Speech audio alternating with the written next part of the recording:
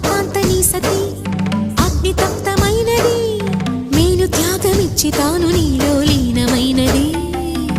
ఆదిశక్తి ఆకృతి అత్రిజాత పార్వతి తానువైన ప్రాణధవుని చెంతకు చేరుతున్నది